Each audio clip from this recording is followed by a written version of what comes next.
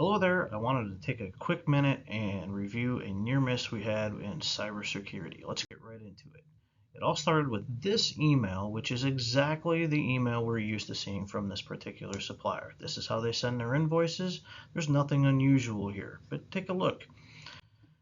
We replied to that with, hey, thank you for that, but we need to make this adjustment to it. I'm attaching a PO. Have a great new year.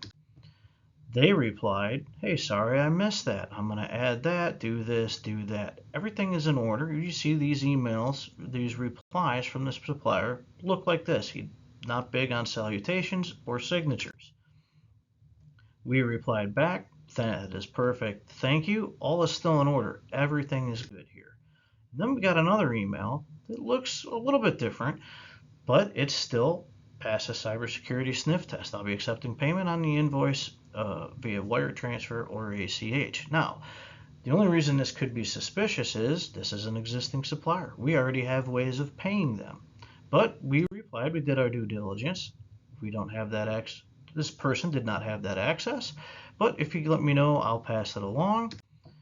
And then we got this one, which probably should have raised a little more red flag because you see there's a full signature with it. But it passes the every other test. This is a fully authenticated email that was sent with this person's username and password. So it looks perfectly normal to all of our security systems.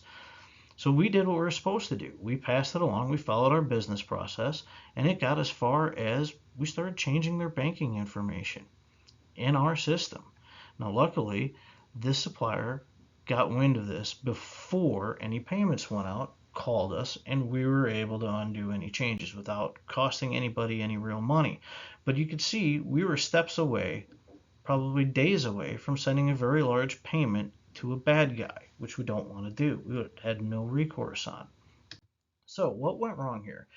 The supplier's email was compromised somehow. Don't know if it was a phish or a hack of some sort. We don't know. But the bad guy, which we normally see them just take email addresses and send bad emails, send a lot of spam, or even we've seen some weirder stuff recently, but they interjected in the thread of email. And then we did what we were supposed to do. We processed the change in accordance with our business practice. So what can we learn from this? First, the bad guys are getting smarter. A couple months ago, we saw them reply to old email threads from some of our sister companies. Somebody's account got hacked, and they replied to a 6-month-old thread, and we started thinking that was a new conversation. Luckily, nothing bad happened, but now we're seeing them use current email threads from the same day. That is a very smart attack. A password, though, is not enough. This bad guy could have been monitoring this account for months, maybe even years, waiting for an opportunity to try and steal a really big payment, and this $60,000 invoice was big enough for him. Multi-factor authentication, though, would have probably prevented this attack. His phone would have lit up the moment somebody else tried to log into his account. And the good news is all of our email accounts are covered by MFA through Duo, so hopefully we could have avoided this internally. What else can we learn? Spam and malware filtering is ineffective against this kind of attack. These emails were correct. They were sent with this person's username and password. Everything was done technically correct, yet we were still vulnerable. So what can we do now?